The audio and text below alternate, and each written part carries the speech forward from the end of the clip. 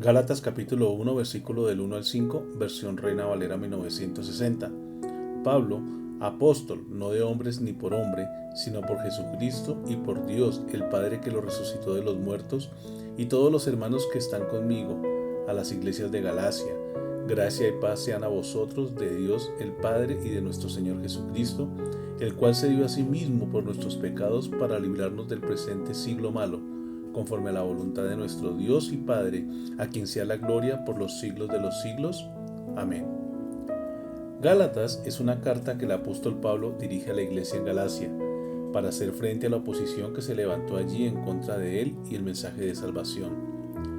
Los gálatas eran un pueblo gentil que traía costumbres y creencias religiosas del paganismo, que es la misma condición en la cual nos encontrábamos antes de conocer a Jesús.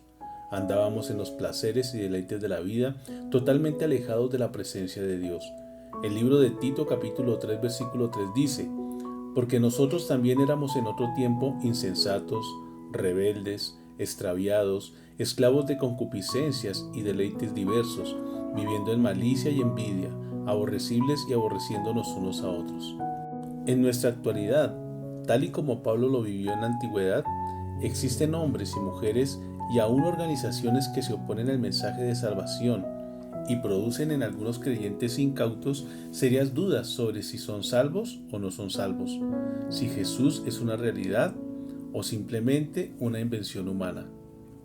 Por eso quiero que recordemos cuál es la importancia y la trascendencia del sacrificio que Jesús hizo en la cruz del Calvario.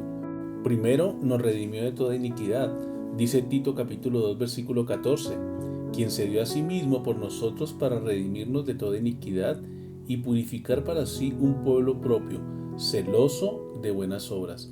Es decir, que el sacrificio de Jesús nos hace ver puros delante de Dios. Lo segundo, nos permite conducirnos a Dios.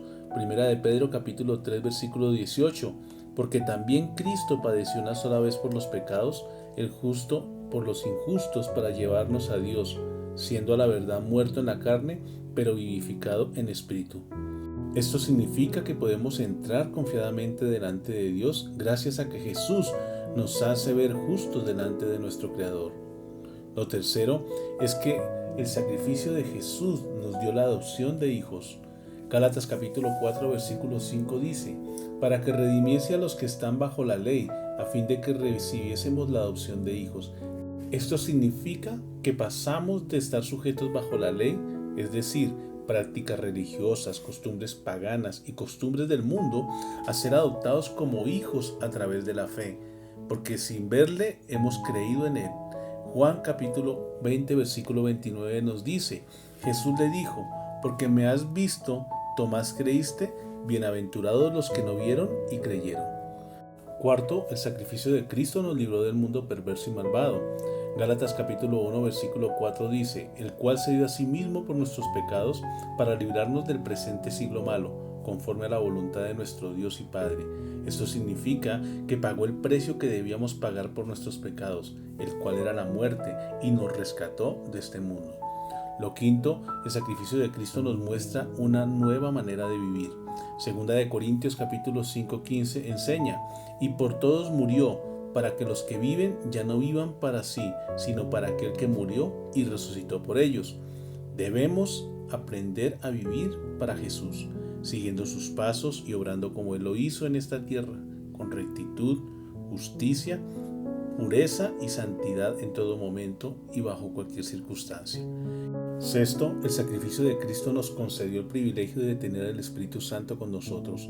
Gálatas capítulo 3 versículo 13 al 14 dice: Cristo nos redimió de la maldición de la ley, hecho por nosotros maldición, porque está escrito: maldito todo el que es colgado en un madero, para que en Cristo Jesús la bendición de Abraham alcanzase a los gentiles, a fin de que por la fe recibiésemos la promesa del Espíritu.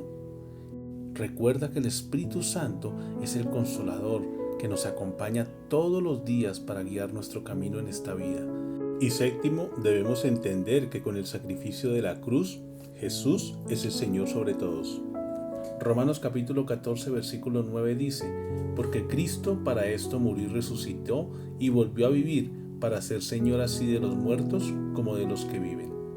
Recordemos lo que nos dice la Escritura en Juan capítulo 15, versículo 13.